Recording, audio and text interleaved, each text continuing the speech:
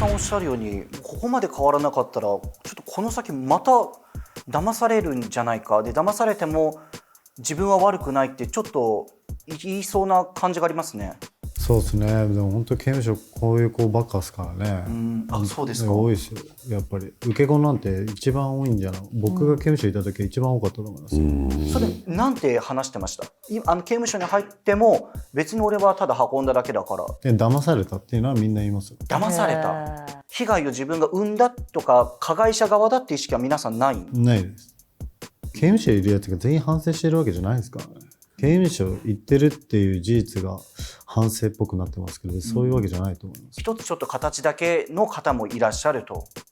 全然なんか社会のポーズな気はしますけどね。山本社長、これ結構問題。怖いね。怖いですね。やっぱり俺の周りでそういう人がいないの、どこに俺が生きてる自分が怖い。いつの間にか加担するとか犯罪を誘う人とかいっぱいいるんだよね、世の中ね。山本社長は何か情報判断する際にこういうところを見ている、大事にしている。例えばそういう求人広告だったらドメインを調べてその所有者を見るとか、その外部リンク調べるとか、メールトゥーフォーム見たらソース見てどこのメールに行くんだとか、もういっぱいそういう技術的なとことかで見ます。あと代表者名見たらそれをググって住所も全部 Google マップで見て、ビルの形とか見て、なんか怪しいマンションだな、やめとこうと。住所があるだけじゃダメなんですね。住所もやっぱり見ますね。でもそれできるやつって騙されないんじゃないですか。騙されない。あるしかないからな。闇バイトのその企業側からお金がない人にダイレクトメッセージが来るような仕組みがプレゼントキャンペーンのリツイートでできちゃってるんですって。プレゼントキャンペーンにリツイートする人っていわば情弱じゃないですか。あれのリツイートをした人たちのアカウントにお金がないだろうっていうことでそういうのを送ったりとかするっていうダイレクトメッセージを送って勧誘していく。そうですそうです。でもそれすごい賢いじゃないですか。確かにお金ない人がこんなにも分かりやすくリスト化されることないじゃないですか。リツイートっていうあそこに向こうからやってきた場合っていうのってちょっとなんか自分から応募したよりも騙されたって言われたらまあそうかっていう気持ちにもなれる部分はあるのかなとは思いつつも。なるほど。そういうなんかプレゼントみたいのが出てきて、そこにリツイートしている人のアカウントは、そんな300円だか100円のやつ欲しくてやっちゃう人なんだ。だからその人は詐欺師からするとかもっすよね。いいかもリスト。あわよくばに飛びついてしまうから。そういう発想すらなかったよ。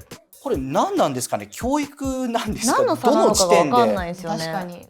全部大人が悪い、国が悪いってことでしょ、高橋君。そうですね。って思ってるってことは、次にまたそういう求人バイト見たら、どうせ悪いやつだこの大人はと、俺を騙すやつらだと思ってれば騙される率も減るから。逆に確かに。コーヒーショップ行っても毒入りかもしれないし、サンドイッチもなんか変なの入ってくる。結局野放しっていう。野放しっていうか、もうそのままいいよ。それでもう全員終わってるやつらだと思って生きてたら、なんとかあなたは安全に生きるから。僕は大丈夫ですけど、他の人がまた同じ道を進んでしまうだけだと僕は。いや、他の人は高橋君みたいじゃないと僕は思ってんだけど。高橋さんが求めることは何ですか、社会に。社会がしっかりしてればこういう問題も起きないはずですからね。名前を変えるとかになってくるんですかね。闇バイトって名前自体ってどうなんですか。なんか今のままでいいとか納得なのか、軽いなと思うのか。軽くないですか。なんかちょっとコミカルじゃないですか、闇バイトって。確かにいい意見だね。暗い部屋でやるバイト、闇バイトみたいなぐらいにも聞こえるじゃないですか。確かに確かに。だからなんかおじいちゃんおばあちゃんとか闇バイトって言われてもなんかそのぐらいしか思わないと思うんですよね。ちゃんと犯罪なんだって分かるような。だもうパパ活もさっき言った通りそうですけど、なんかちょっとライトにするのやめた方がいいと思うんですよね。大学生小浜さんどうでしょう。確かにでもバイトっていう言葉がまずいらないんじゃないかな。バイトじゃないからね。そもそも犯罪だからバイトじゃないですか。闇犯罪とかもはやそっちの方が正しいんじゃないかなっていう。バイトって言っちゃうからなんか働いてるでなんか採用してもらうから騙されたんだ、選ばれたからっていう。それこそさっきの SNS のリツイートの件もありましたけど、あっちが選んできて自分を標的にしたからっていうのはバイトっていう言葉から連想されてつながってるんじゃないかなと。なんかバイトっていう言葉を一旦なくして外した方がいいかなと思う。闇バイトはあの子したらしいよって噂話聞いた時にはどうですか。心の中でふーんで終わるのか、やばって思えるのか。いや、やばいと思います。傷害罪であり窃盗罪であり、なんとか罪って罪の名前がつきますからね。そうですね。ギリギリとどまったからまだしもこうやって多分堂々と言えてると思うんですけど、被害者の方が出したりとかしたら本当にこんな堂々と意見を言ってる場合じゃないと思うんですよね。米尾さんのお話聞くと刑務所に入ってる周りの人たちが全く反省しない人たちもいた、ちゃんと改心してるなとか、こいつら変わらねえなと思うので、どれぐらいの比率なんですか？マジで多分8割改心してないです。 8割。8割。もうほとんどの人がじゃあ刑務所に入ってるだけ、ただはい。あの時間をいかに楽に過ごすかなんじゃないですか。ああ、なるほど。そういった人が8割の中で2割に米尾さん入られました。どういう心境の変化があった、何をしたのかっていうのが。僕は誰よりも勉強しました。で、何の勉強？もう本なんか読んだことなかったんですけど、自己啓発本だったりビジネスに関する本とか、あとは僕の場合は料理本とか、そういったものを読んでましたけど、人生をやり直したかったっていうのがあったので、19歳。はい、僕は当時あの生き方をしてたら遅かれ早かれいずれ捕まってるっていう人生だったので、まあ早いうちに捕まってよかったなっていうふうには今では思ってますし、ただやっぱり中にいる受け子とかでパクられてたりとか、かけ子の人間とかはおばあちゃん騙す電話して騙すわけじゃないですか。でそれで騙してお金をもらってるわけじゃないですか。だんだん麻痺してくるらしいんですよ。おばあちゃんたちがタンス貯金とかしちゃってるから、そのタンス貯金のお金を俺たちが経済を回してるんだくらいに思ってますから、いいことをしているって感覚になる。怖い。犯罪がなんかまあもっとポップになっちゃったっていう気がしますけどね。でもその料理の本読もう、ビジネス本読もうと思ったのは、このままじゃいけないって思ったからなんですか？そうですね。もう僕はまあ待ってくれてる家族の存在とかが大きかったですけど、やっぱり刑務所の中にいると中に離婚届出される人間もいるんで、60歳くらいのおっさんとかもいたりするんですよ。もう人生もう無理じゃないですか、言っちゃえば。だからなかなかしんどそうですけど、希望を持つっていうのはすごい大事なことだとは思うんですけど。いいアドバイスになってるんじゃないでしょうか。伊藤さんも何か言いたいことがあれば。タンス貯金の話がすっごい信じられないんですけど、責任感を放棄してる面が高橋君のような若者を生み出してるなっていうのと、若者に対して非常に危険だなっていう思いを抱いていて、開き直ることができる人間がまた同じことを繰り返す可能性があって、彼らを改心しなければ第二の高橋さんを呼んでいくなと思いました。刑務所の中でもいろんな刑務所があって、その民間と共同でやってる刑務所とかもあったりするんですけど、僕は刑務所はそこで最終的に刑期を終えたので、すごかったですよ。エクセルの資格とか、僕はそこで調理師の資格を取ったので。職業訓練もしてくれる。そうなんすごい。高橋さんが求めてるのってそういうセーフティーネットっていうよりも未然そうにってもっともっことですよね。と手前の段階ですね。犯罪予備軍だからこそそういう犯罪の話の近くにいるわけであって、社会や環境のせいにしてもその仕事をするって決めたのは自分なんですよ。結局一番悪いのは自分自身だと思います。社会全体が見て見ぬふりしてるのが悪いと思います。普通の人間はできないんですよ。なのにできてしまう時点で犯罪素質がある人であると同時に、同情の余地もなければ刑が軽くなることもないじゃないですか。社会やこの環境のせいではないってひたすら思います。自分が悪いって今高橋さんが思えないと本当にやばいと思うんですよね。環境のせいとかもうどこまでもう辿っていくかじゃないですか。じゃあもうなんか親が産んだことが悪いのかとか、もうそんな話にまでコロコロいくと思うんで、今自分が何が悪いかをどのぐらい見つけ出せるかで今後どうなるかが変わるかなって思うんですけど。社長どうやったら変われそうですか。ちょっとこれをさっき僕がさっき言ってる通り、正しく求人してないなって僕はちょっと今思いに至ってまして、バイト募集とかほとんど嘘しか書いてないな、もしくは本当のこと書いてないなってまず思いなさいと。そうなるといろいろ変わっていくんじゃないかなということは分かってて何も対策しないっていうことです。社会がやばいっていうふうなことをまず今日の段階で知っておいてほしい。その社会を変えるのには何十年って時間かかるから、頑張って大人たちも変えるようにするんだろうけど、今防御策として高校生大学生とかにはほとんどの求人とかっていいことしか書いてないよね、実際と違うよねってことを知っといてほしいね。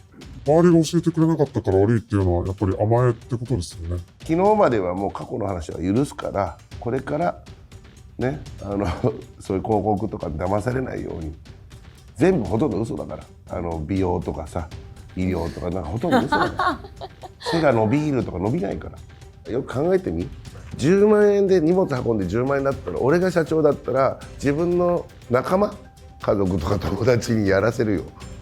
そんな求人広告出して遠い知らんやつにやらせないよ。悪くないと思うんだったら、じゃあ例えばその闇バイトがいろんな受け子がいてなんだかんだで、じゃあおじいさんおばあさんがこの間みたいに亡くなりましたっってなった時に、それ自分のおばあちゃんとかだった時にその受け子の人とかを悪くないって言えます？その時は冷静な判断できてる状態じゃないから。自分のおばあちゃんがもしだとしても、その受け子でその犯罪に至るまでに携わった人たちをしょうがなかったよね、判断できなかったよねって思えます？そいつだけが悪いとは思わない。そいつだけが悪くなくてもそいつは悪くないと思います？だって高橋さん自分悪くないと思うんでしょ？だったらそいつも悪くないと思います？単にお金が欲しかっただけなんだろうなって思います。許せるんですね。いやちょっと意地になってる部分が今の間が物語っていると思います。こういう若者が高橋さんだけじゃないっていうことも現実として私たちもいや受け止めないと。そうですそれがねあっちこっちに被害が出てる。高齢者の方たちにも、必ず儲かる不動産投資って言ったら、なんでこの先生は自分で買わないんだろうって思うわけじゃないですか。日本ってなんかこう島国で悪い人いなくてお財布も戻ってきて善良な市民しかいないって思っちゃってるんですよ。それを実はみんな悪いやつだと。で電車に乗ったら全員盗撮してるとそう思わなきゃダメだよ。もう全員がそう思ったら、そういう悪いやつらに募集したり申し込んだりするお客さんや加担するスタッフがゼロになるから、そしたらそれで一斉になくなるわけ。そろそろ討論が終了のお時間が来ました。パネリストの皆さんにお話を最後一言ずつ伺っていきましょう。まず小宮さん。